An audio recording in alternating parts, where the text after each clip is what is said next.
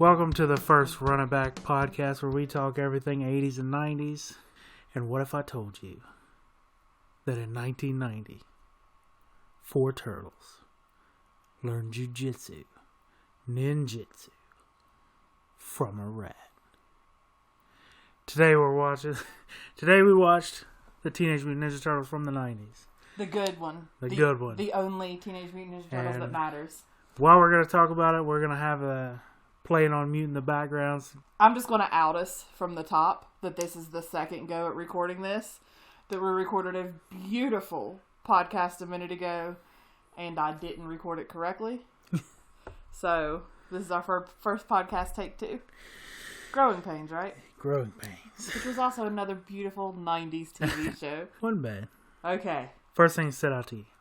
I still find it weird that Danny, who we have named Douchebag Danny, the little kid, is like doing low-level street crime, like stealing people's wallets, and he walks up to a brick wall, and he hands the wallet off, and it's Shredder's arm. Like, it has all of the metal chunks and pieces, and I'm like, why is Shredder on the street doing low-level street crime? Could just be like one of Shredder's underbosses. But it's not like his bottom bitch, whatever his name is, Evil Miyagi. Bottom bitch, Evil Miyagi. It's not Evil Miyagi, because he has, like, all the metal on, and I'm like, that's so weird. Like, I guess it's, like, our teaser at him.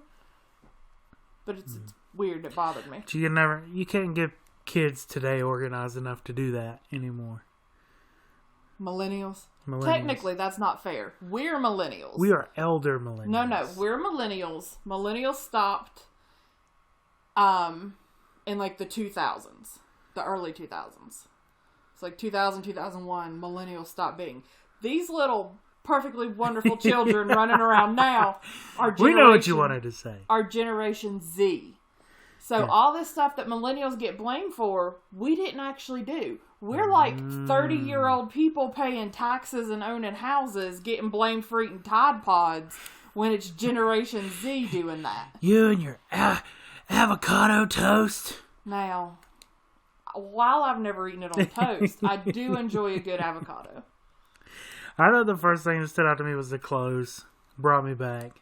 I'm happy that they put April O'Neil in the very iconic yellow, like, rain jacket that is just the rubber like a rain cheap jacket. Yellow rain jacket, but I loved it. Like, yellow used to be my favorite color. And I was like, I need that jacket. And when I saw it, I was like, I still need that jacket. I don't have a rain jacket. And the newspapers. I thought, nobody buys newspapers anymore. You don't see. But I feel like you don't think like in New York. Maybe the New York in my head is the New York in Law and Order, where they get like the little cup of coffee and the bagel and their newspaper.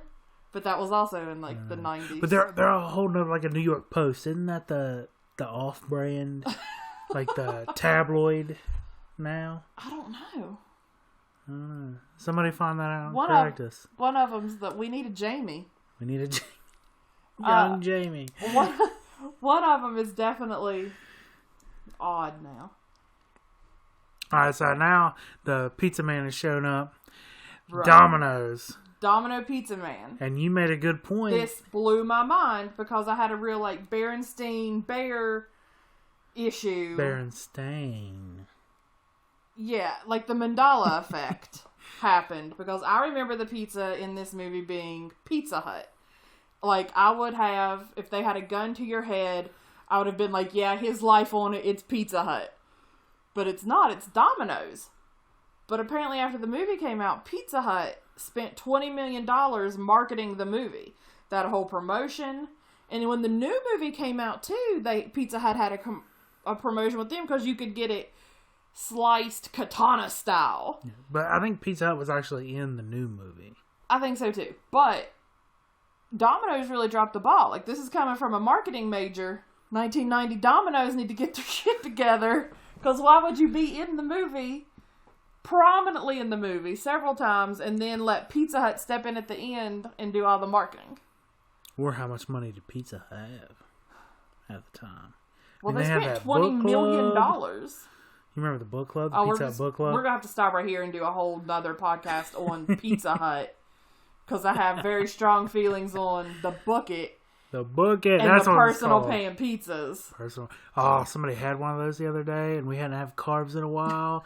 I could have punched that girl right in the face for that personal pan pizza. I'm going to break on this no carb thing soon. Oh, speaking of carbs, we didn't even talk about this in the last one. Do you remember the Ninja Turtle, like, ice cream pops you'd get from, like, I think you could get them from a store, ice cream too, truck. but from, like, an ice cream truck? The eyes were all the heart, like a there heart. was some kind of candy. Yeah. Yeah, I remember those. A girl we graduated high school with went to an ice cream truck the other day. They had the Ninja Turtle ice cream thing. No way. Was it expired? No, but she got it. She was like, everybody else got like a sophisticated thing, and I got this. And I was like, you are doing life right. Yeah.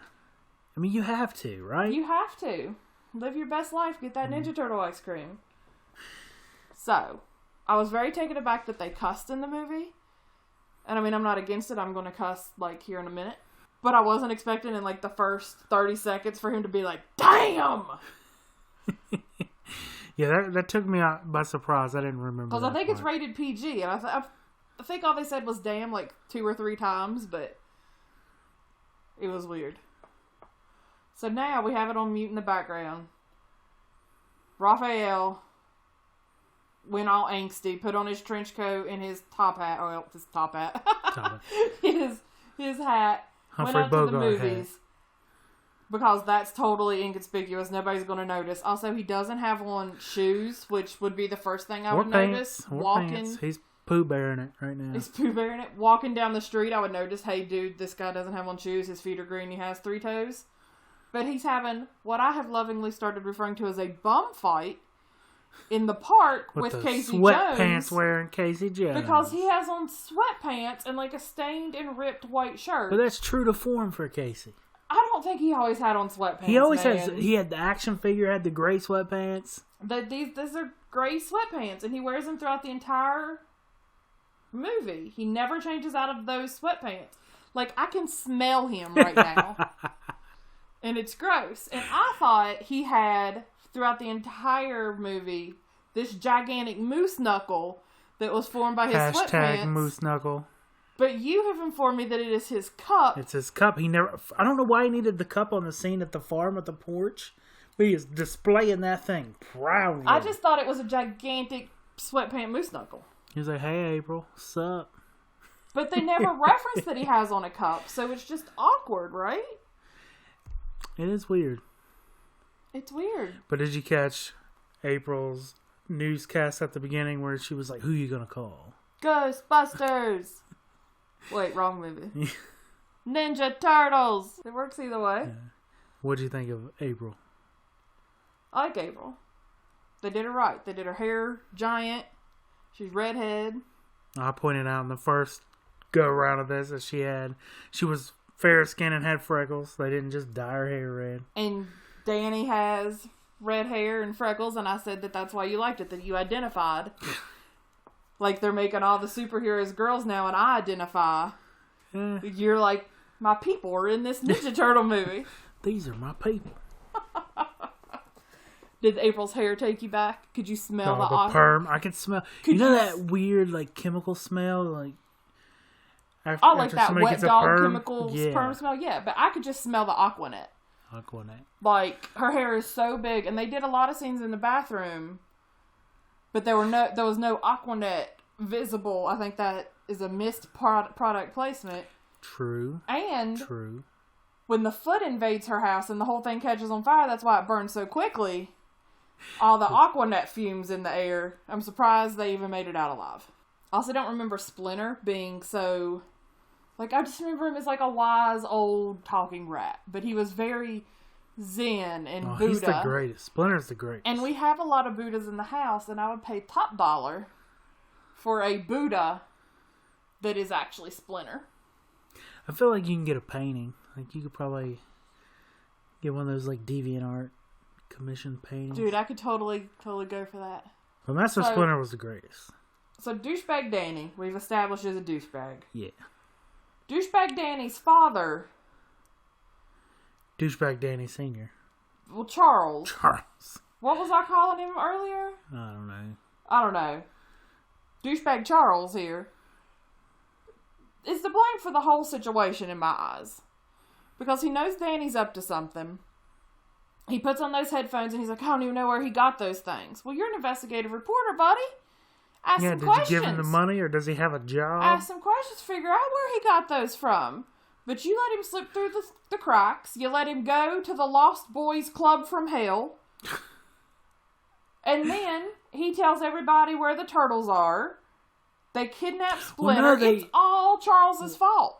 Well, when they kidnapped Splinter, it was Raph's fault because Raph's an asshole sometimes. He's a lovable asshole, but he's still an asshole. You're right. He brought April back, and he turned around once because he thought he heard something, but he went straight back to their. I feel like his body sense should have tingled. Their home, yeah. Also, like this scene where Shredder's watching like 900 TVs of but varying he sizes. Throws a knife in the one.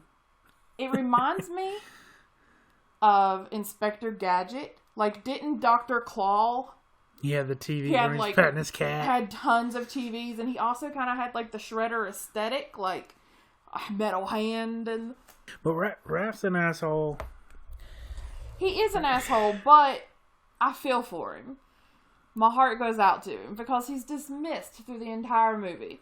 Like, he loses his, what, is it called a sigh? Because I think I called it a pokey thing in the last one. Pokey thing. Like, he loses that. And, like, the other three are all partying and excited, and he's, like, moping. That's when you get the, damn! And then he's sad. Nobody cares. He goes out by himself multiple times with this hat on. Like, he's still not a turtle with a hat on.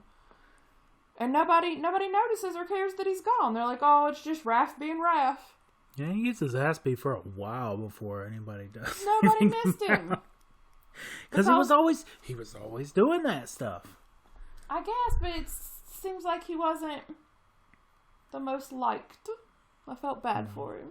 But he was a douche. So one of the funniest moments of the movie is right here, where it's one of the most racist things, but that foot soldier calls her April O'Neil. She asks if she's multiple times. She asks if she's behind on her Sony payments. April O'Neil. Do you like that he says, I need to deliver you a message, and then opened his hand and just smacked her with it?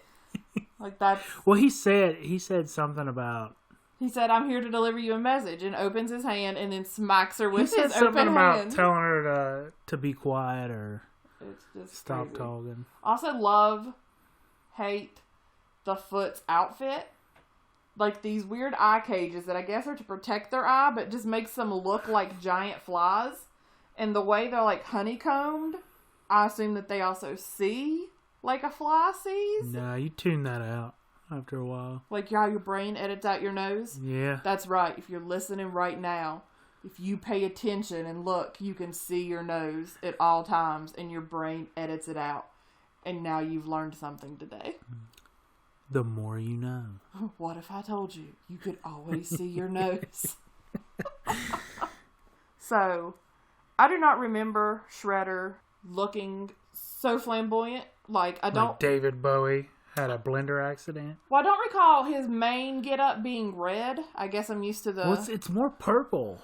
It was kind of... It's like purple chainmail. Reddish in this. But I'm used to it being purple from the cartoon.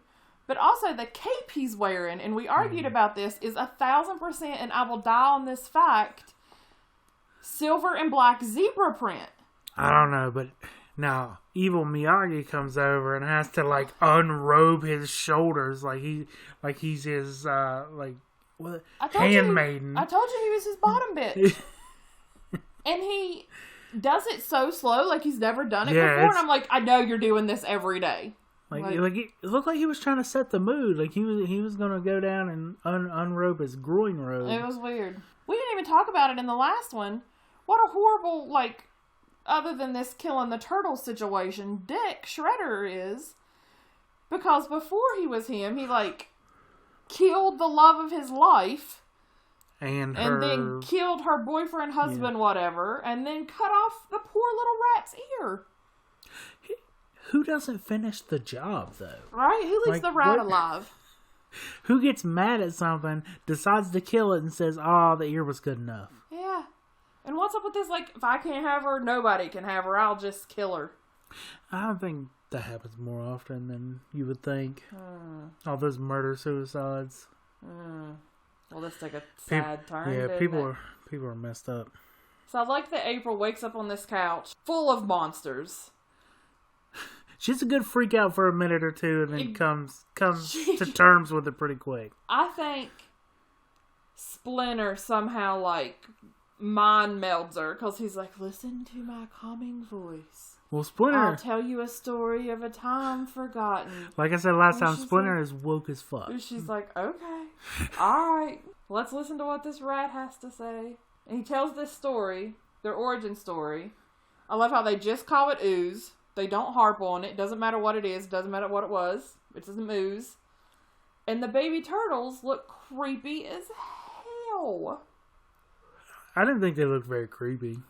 But it's one of the scenes in the movie that I can remember all the time. You said when you think about the movie, you think about... A lot of times I think about 3 when they're at the war for the dock or whatever it is. Well, about this one, though, you said you remember Splinter before he was Splinter, like, learning ninjutsu in his cage. When he's copying his master's moves. Yeah.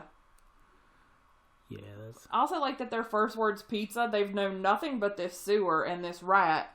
And he's just like, pizza! But I guess it was a New York sewer and they had Pizza Rat. Yeah, Pizza Rat delivers. Pizza Rat delivers. Back to the Domino's guy. Oh, Tony. So he was late, so they stiffed him $3. And he got down on his hands and knees and argued with whatever sewer monster took the pizza. Like, don't you just at that point you cut your losses. You cut your $3 loss and you run. Yeah, sewer people get what they want. I'm not reasoning with sewer people. Like, enjoy your pizza. Sorry to bother you. I'll be on time next time. I mean, it was good enough that he delivered to the sewer to begin with. Like, you take, like you said, cut your losses. Yeah. Take what you can. And I like the foot warehouse, whatever. I've been calling it the Boys Club from Hell. But you walk in, and especially looking at it from a young boy's perspective, you walk in, you see the neon lights, you see the arcade games, you see the pool tables, people are playing cards, people are drinking and smoking and doing all the cool thing. stuff. It was very nice. And then if you look a little bit harder, you see all the 2-inch thick layer of dust because there's nobody there responsible enough to clean it. All the open boxes with stuffing sticking out of them. And then in the back room, they're just beating the hell out of each other. Oh, they were training. They're beating the hell out of each other. You get your mask. So what has to happen between I'm just hanging out, smoking the biggest cigar of my 12-year-old life? No, that kid was 8 max. 8 max. He was just puffing away and shooting pool like he was Minnesota poker, Fats. And I'm training to kick some turtle's ass in the back room. Like, what happens? How do you get there? I think you just walk in. You become part of the family. Oh, they're douchebags. Also, I would say it was the Boys and Girls Club, but there was not a single girl. Apparently, girls are not allowed to be foot soldiers. Well, the only thing I noticed, it was very diverse. Like, you saw all kinds of people in there. But like you said, there were no females. It was diverse. But if you look harder, it was also segregated. Like, when you walked in, there was up on the top rail was a group of white kids looking over the rail. I didn't notice and there was a group of Asians doing something, playing some game. And then over against the wall was a group of black kids, like, dancing and singing. It was oddly segregated. Like, it would show around the Boys Club from Hell, but each shot was a different ethnic group, like, all by themselves. I didn't notice the large group segregation, but when they showed the pool table or showed the poker table, there was always one of each. I guess they went around and needed a tribute from each one. That's why Danny was all by himself, because Ginger is its own subgroup. Apparently. Nobody matched that. Fucking Danny. Well, he got it back in the end. I will say he did redeem himself. And don't read too much into it, because little me thought every boy was hot. But 1990 me was definitely crushing on Danny. He was definitely hot to me. That's disappointing. He was a douchebag. He could have been anybody. He redeemed himself at the end. He helped to save Splinter. Right. But He was still such a He douchebag. became Dan. Everything was fine. What'd you say? He went from douchebag Danny to Dan the man there at the Dan end, the man. and He's like, he's fine. Dad, it's Dan. Just Dan. I've carried a huge rat. Let's drop the Danny bullshit. Not like when they're watching the cartoons. When they're watching the rabbit and the hare, the tortoise and the hare. Tortoise and the hare is the best. Like, Ninja kicked the damn rabbit. Like, if they had just had enough patience to watch all the way to the end, they would have known. They didn't make it to the end because they're not patient. They're teenagers. Yeah. Teenagers now, teenagers then. No patience. And the nunchuck fight, or the nunchuck off. I called it a chuck off. Yeah. The chuck off. Hashtag I like how nunchuck off. That sounds like a Star Trek officer. It's a nunchuck off. I like how everybody else just stands around and watches this nunchuck off. But, well, until Donatello gets the bright idea that while everybody's not really looking, he jumps in and clubs everybody. Because he's the smart one. He was also my favorite one my entire life. My favorite was Michelangelo all the way. All the way. That's weird, because he's kind of like the more slackery, laid-back one. I'm kind of slackery, laid back. Yeah. I mean, it fits me to a T. Like, I don't know. Slackery, laid back. I always liked Donatello, and I was so mad in the newest ones, like the 2014 one, they made him over-the-top geeky. Well, they did that with everybody, though. They took, like, the character tropes and boiled them down until they were concentrated, because Michelangelo turned into Shaggy and from Scooby-Doo. Basically, he was just always hungry. Donatello was like the nerdiest science person so nerdy. ever. He was like, "Gee shucks, guys, I can fix it." Raph was like even 10 times more of an asshole. I think he was on steroids too, because he had like, what are these, like a trap muscle that I don't think naturally occurs in turtles. It's like he was definitely getting shots in the butt once a week. What in the butt? Oh my god! And they do try to drown a fucking turtle. Come on, man! Exactly what I was gonna say. I love that the guy tried to drown the turtle in the fish tank. Oh, we didn't get like in the beginning and throughout the whole entire movie. You have the normal soundtrack songs, but they also have this MIDI soundtrack, like the old ringtone sounds from. I didn't notice, but I tend to not notice the music. I did. And then whenever Casey Jones had a fight, they played some kind of MIDI techno version of Jason and Friday the 13th. I didn't notice that at all. Like when he started to stalk on people, they did like a more upbeat techno MIDI version. It was just like that. Moose Knuckle. There's the 8-year-old. Look at it. He's got to be 8. Moose Knuckle. Oh, there's a girl. There's a girl. There's your girl. Yeah, but she's not there to like. Oh yeah, she's definitely whored up. Foot Clan out. Oh, there's 2. She's there for entertainment purposes. See, they're all segregated. Yeah, there's 3. There are some girls, but they don't seem like they're there to like. They're not in there for the violence. They're there to catch that vitamin D. I was gonna say they're there for the sponsorship, but these kids aren't old enough for that. Yeah, well, you get the people who are running up in the game, like old Captain Douchebag from Hitchhiker's Guide to the Galaxy here. I know, right? Thug number 1. Thug you number pointed 1. out. You know, now that you pointed him out, I can't unsee it. Yeah, it's all it is now. I just wanted to flip his head back. And So, I'm confused when the turtles... Look at all that Mountain Dew and Pepsi in the background. We missed that. When the turtles break in to April's house and they fall down to the antique store, Evil Miyagi here breaks out these ninja axes from like a back room, like he's been storing them there, and starts passing them out to foot members. And that's how the fire starts. Like one of them hits a wire and burns everything down. But where the hell did these axes come from? Like, I was sitting there thinking, how the hell did this fire start? And I guess through Aquanet, how the hell did it go so quickly? It hit that Aquanet in the air and was like, poof. It was very weird. I just don't understand where it came from. But after the fire, douchebag Danny was like, "Aw, shit," and was on his way to becoming Dan the Man. He felt bad when he went back to the Boys Club from Hell, Splinter sees him, and Splinter, being the fucking boss that Splinter is, sees that this kid is troubled. The kid's like, oh, you talk too? He was like, yeah, I can also listen. With my ear. Yeah. My one ear. To try to help the kid, even though he's tied up, he's been beaten. Yeah, he's not living his best life. Yeah. But Splinter is woke. Splinter, everybody needs a Splinter in their life. Like, when you're down and out and you need, like, somebody. Like, all those posts, like, I don't know who needs to hear this today, but Target ain't got nothing you need. That's just a lie, because Target has something I need every day. Oh, here's the, Splinter getting undressed by... That is 1,000%. It's not necessarily zebra. It is 1,000%. It's more the MC Hammer Pant pattern. Which is just zebra. Nah. It is 1,000% silver and black zebra. If you were listening to this, please go Google Shredder's costume 1990. It is silver and black zebra.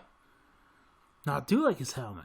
But the problem I have is his blades and his mask don't match the antique patina of his hat. Like, his samurai hat looks more, almost wicker from a distance. It does. But you it get does up look close. like they've spray painted wicker silver.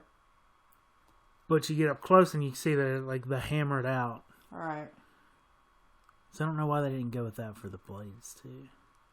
And I guess in the cartoons the blades always were a lighter color. Yeah, I than think his so. helmet, but... Like how they have to roll out a special carpet for him to not stand on.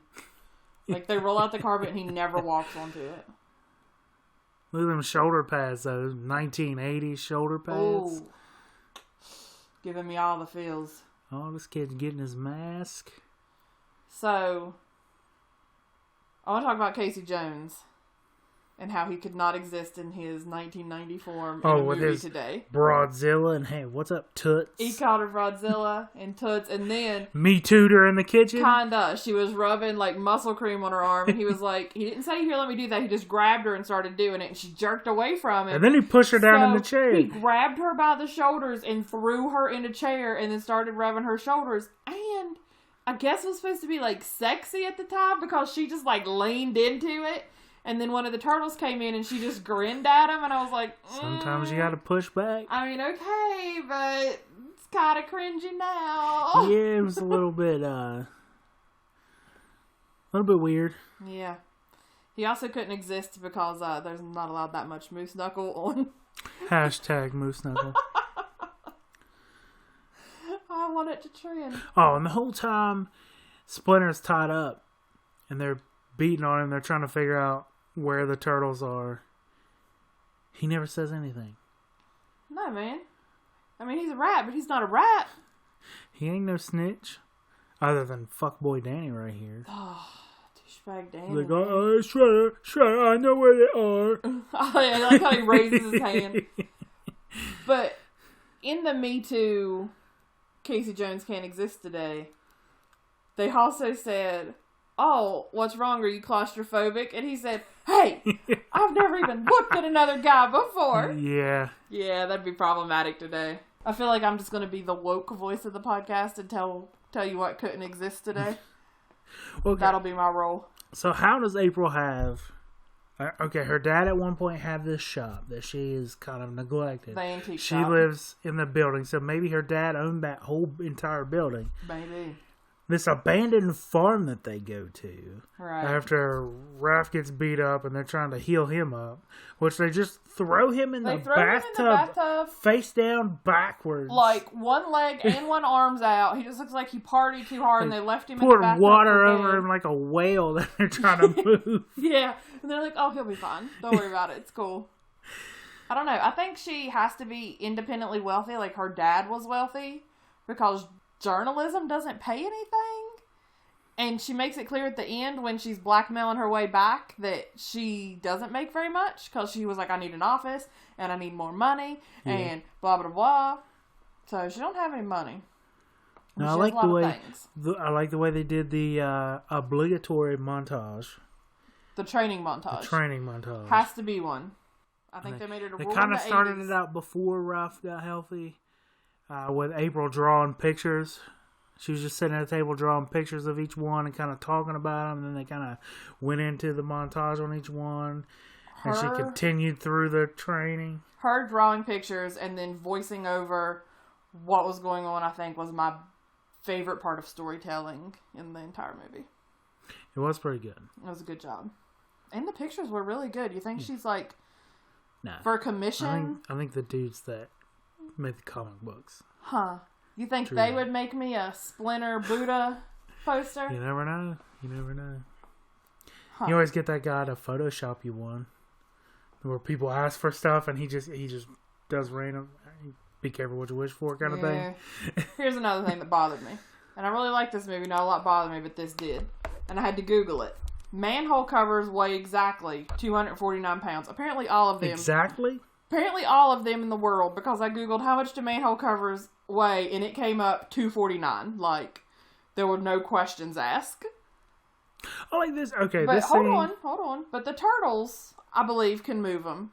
The foot soldiers, it usually takes two of them to move. But then when douchebag Danny's in the sewer and wants to escape in the middle of the night, pops it over. he just like one hand moves it like it's a pizza. So this scene, Ralph's venting upstairs on top of April's building. Casey Jones from another building spots it. Immediately after, about 100 Foot Clan soldiers rain down upon Raph. Casey sees all of that. This fight ensues where her apartment ends up on fire. They cave the floor in down to the store, her father's store. And after all this, Casey Jones shows up. Like, what was he doing? Well, I tell you, it wasn't putting on a pair of jeans. Still caught up on those joggers. Oh. as the youth of today call them. I have had the difference between joggers and sweatpants explained to me like I was a child. They're sweatpants. Broken down, talked slow to me. I was like, yeah, I get it. One's tight at the bottom. Let's calm down. I forgot where I was going. Oh, what was Casey Jones doing? I mean, he had to like walk down 100 stairs because he was living in a walk-up. There's no elevator. And then he had to find what building they were in and then walk up her stairs. I feel like he should have been faster than that. Man, there was a lot going on. He had to go in there and get his mask and his sticks. But I like when they go back to their lair. Uh-huh. And old douchebag Danny mentions he had a pizza. And they go searching for it. They find it, and Michelangelo and Donatello have a pizza funeral. Because it was molded. And let me tell you, that's the biggest plot hole of this entire movie. Because that a Domino's pizza does not mold. We have been poor, broke college students. We have had pizza set on the table for a good week. Now, douchebag Danny doesn't even missing like 3 days. Pizza has sat there for a week. It does not mold. I have never in my life seen pizza mold. No, that's way less of a plot hole than the new movies. Those movies are a plot hole. The new movies, and I haven't watched it since 2014 when it came out because I'm not rewatching 2015. it. I thought it was 2014. 15. Not important. It can be both because there were two distinct, different origin stories in the one movie. Yeah, like Megan Fox is pretty and all, but she's not April O'Neil. She's pretty. I like her. I think she's fine. She needs red hair. She's not April O'Neil. April's a ginger, man. She needs red hair. I like how Casey Jones goes through, sees all this, accepts that turtles are turtles, whatever, walks up to go save Splinter at the Boys Club for Hell. Oh, he starts to have a problem with it, and he's like, you know what? Fuck it. Yeah, he sees him, and he steps back, and he's like, oh, man, and he's like, fuck it, I'm here. Shrugs his shoulders and just goes and, like, grabs a hold of this rat. I was like, these people need no explanation. It's very weird. No, I didn't mention this in the first go-round, but after this fight scene in her apartment, all these people, I think it's actually the next fight scene, they start running up to the roof to get away from the turtles. Right. Who does that? Well, I mean, ninjas. You're kind of trapped. Well, speaking of being on the roof and kind of trapped, at the very end when they're fighting Shredder, they're already on the roof. Where does Shredder even come from? Because he came down from the Bedazzler store. He comes down from something. Like he jumped out of a silent helicopter or had just been like crouched on top of an air conditioning unit for an hour watching them fight. He had to put on his purple chainmail and his David Bowie outfit. It was just so weird. I was like, where did you even come from? And 4 Ninja Turtles absolutely getting their ass kicked by Shredder. And then here comes a half-dead Master Splinter. Master. Keyword, Master Splinter. Kicks his ass without breaking a sweat. Throws him in a garbage truck and Casey crushes him. Master Splinter stays woke. Master Splinter stays woke. He just sidestepped him. I saw. Trapped his spear with that He those died. nunchucks. He died without honor. Spoiler, he doesn't die. Splinter doesn't know that. But I like how Casey Jones didn't even, like, that moral compass didn't even flicker one bit. As soon as Splinter falls in the truck, he's like, see ya! He And said, hits the button. oops. I think it's funny. So, Casey breaks in there, kidnaps Splinter back. He steps to these lost boys, and they're like, no, we don't want any. And then they just start following him. Like, they bring Splinter down the street, and, like, they turn around, like, all these lost boys are behind them. Like, do you just follow the biggest dick of the day, and you gauged from his moose knuckle that he was it? No, they don't have any oomph to it. Like, they don't want to actually be the leaders of anything. They just follow people. And biggest moose knuckle wins. I guess. I reckon. Like, they didn't have any loyalty either. They just turned real fast. I also think it's weird that the Foot is made up of mostly children. Young kids. Well, they're more impressionable. I know, but then, like... That's the same thing Hitler did. Oh my god. But Evil Miyagi loses it and starts beating everybody's ass, and, like, they peel back the masks, and he's just, like, almost killed, like, 2 or 3 children. But I'm like, that's where you lost them. That's why they all went with Captain Moose Knuckle. That's in, like, the playbook of all evil, all successful, if you can call it successful, evil people, is get them when they're young. Like, you train their minds to think this way when they're young. It's harder to get people to change their mind later. I understand how a cult works. I'm just saying. But it's the same thing. It's weird. There we go. There's the fire. It's weird. Look how fast that stuff lit up. The Aquanet in the air, dude. I've seen your mother's hair. I know you know what God. Aquanet smells like. It's just aerosol alcohol. But my point was, like, I know how a cult works. I know how you recruit people. It's just weird that he then turns around and just starts wailing on these kids because because Shredder yelled at him. But they had a couple fights. There was less... It seemed like there was less fight scenes than I remember. Like, I remember the whole movie being fight scenes. Some of the negative reviews were like, there was no action. I think there's plenty of action. Yeah. Well, let's talk about those reviews, because we discussed these. You said it got a what on Rotten Tomatoes? A 40. A 40%. It has a those 40% people on Rotten Tomatoes. Can fuck all the way off. Like, I understand it not getting 100. Right. But I think those people are... Okay, when was Rotten Tomatoes founded? Like, I don't know. But I mean, not like, definitely not in this time. So these right. people are watching this movie with the expectations of now. I think so. Well, it had a 40% from the actual critics and a 50% from reviewers like me and you.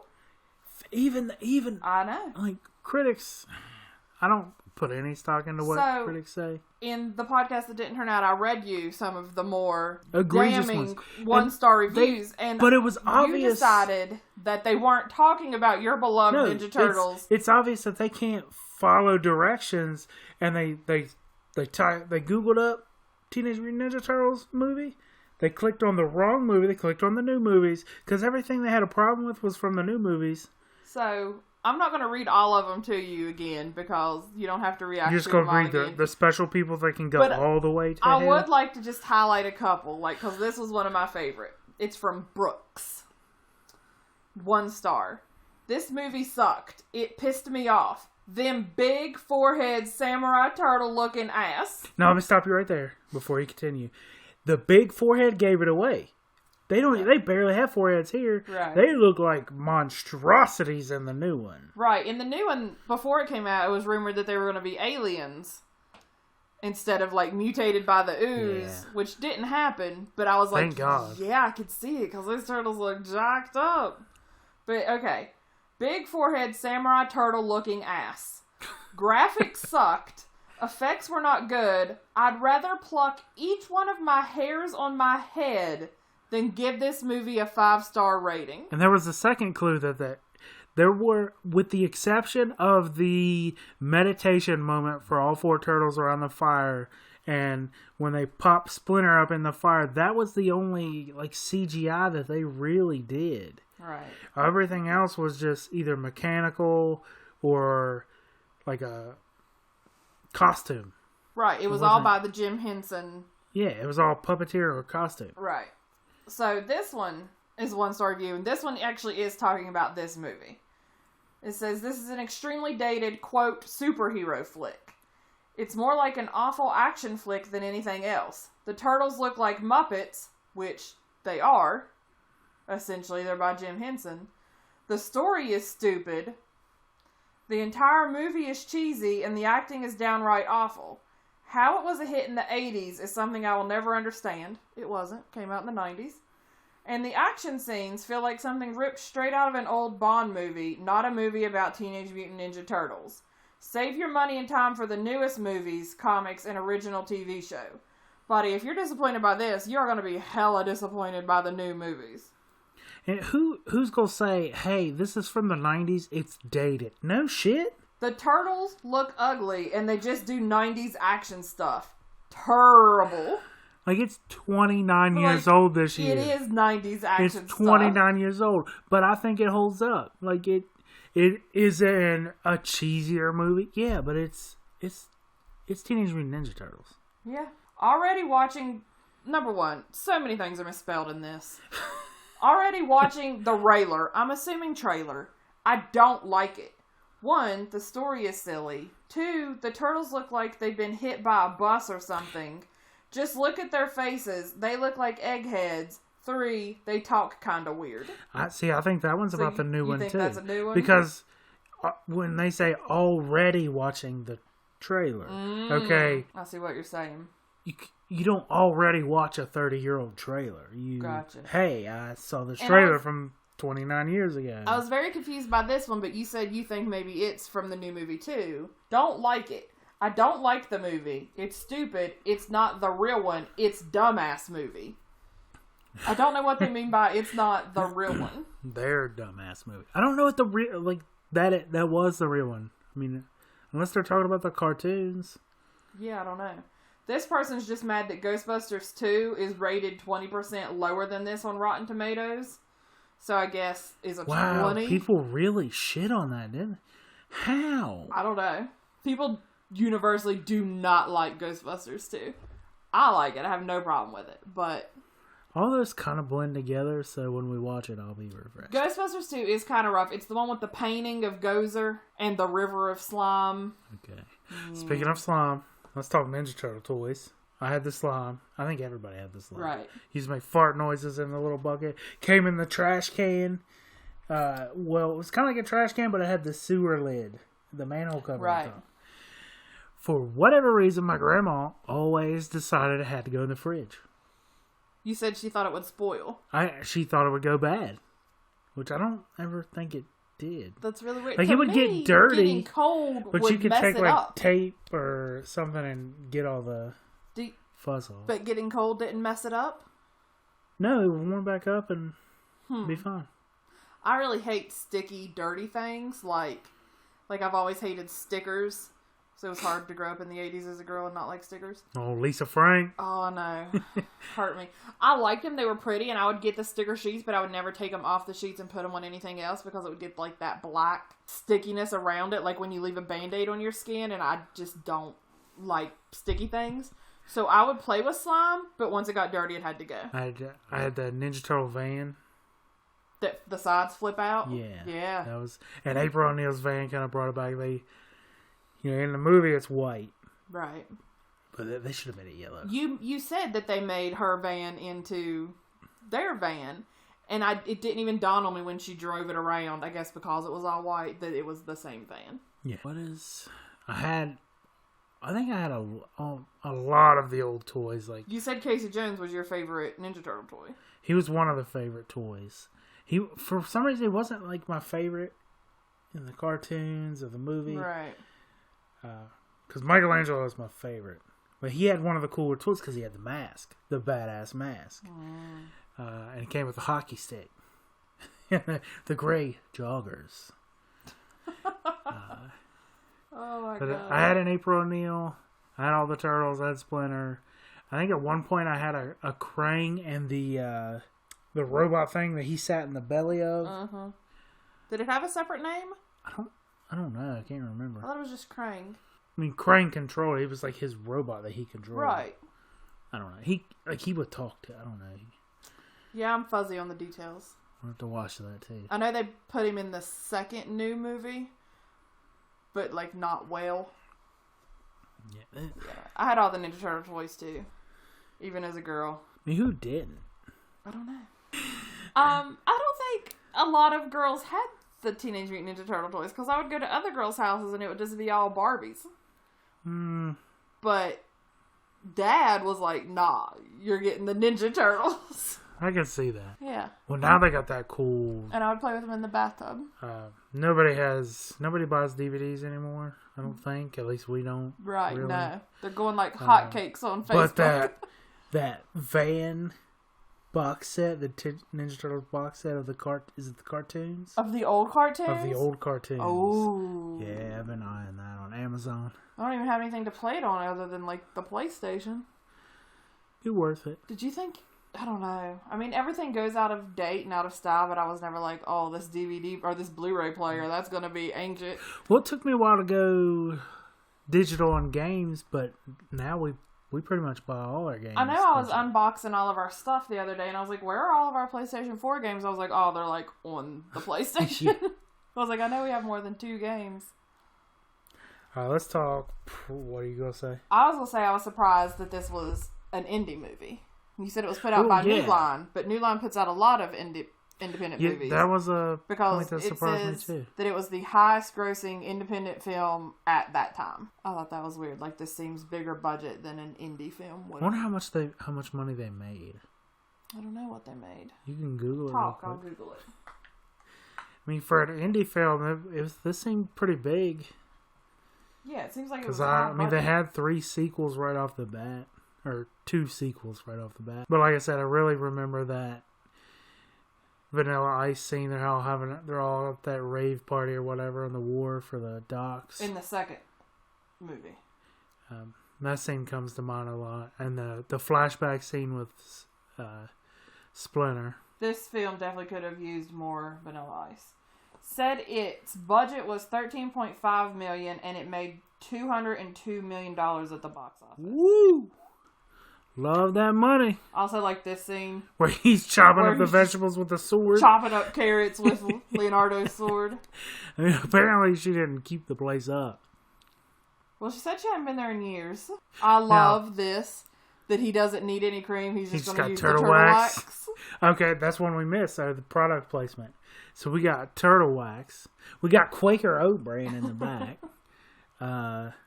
There was, Casey told Evil Miyagi that he could get some Primatine to clear up his... Primatine does not ring a bell to me. Really? No, not at all.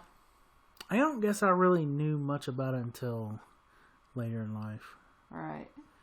But they had the Primatine, and we missed the whole stacks of Pepsi and Mountain Dew. Tons of all Pepsi. Those kids were jacked up on Mountain Dew and the Boys Club from Hell hang out. There's tons of Pepsi in here. Well, there was some the Domino's. Domino's dropping the ball. Domino's dropping the ball on Pizza Hut. No, Pizza Hut took over the other movies though. I think so, yeah, because I remember ordering Pizza Hut when the other one came out, and you could get it like, it wasn't samurai style, what was it? Katana style. It was just like sliced weird. Did we already talk about the Book-It? I miss carbs. Yeah, because we didn't mention Book-It in the first one. Right, yeah, we talked about Book-It. I said we had to stop, and we would just dedicate an entire thing on Pizza Hut. Entire Pizza Hut podcast. So I think, all in all, I liked it. Everybody in the world needs a massive Splinter in their life because he's woke. I think, what'd you say? He stays woke. 29 years old? This movie, it came out in 1990, so it's 29 years old this year. Depending on which month it I think to me it totally holds up. A lot of the reviews said that the turtles looked weird, that they looked like rubber monsters. No, they looked more like the cartoon, like the original Turtles.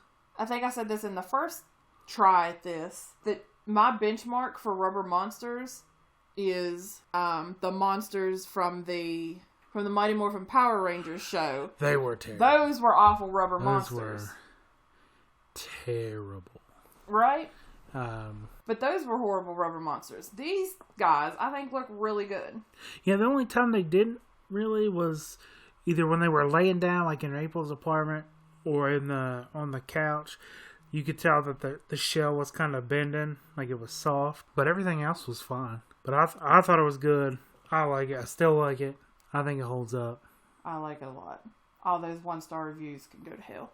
Yeah, they can go to the boys club for hell. In hell, I don't know. Yeah, they can get somewhere with that nonsense. Absolutely. So all in all, you liked it? I've always liked it. I'm never not gonna.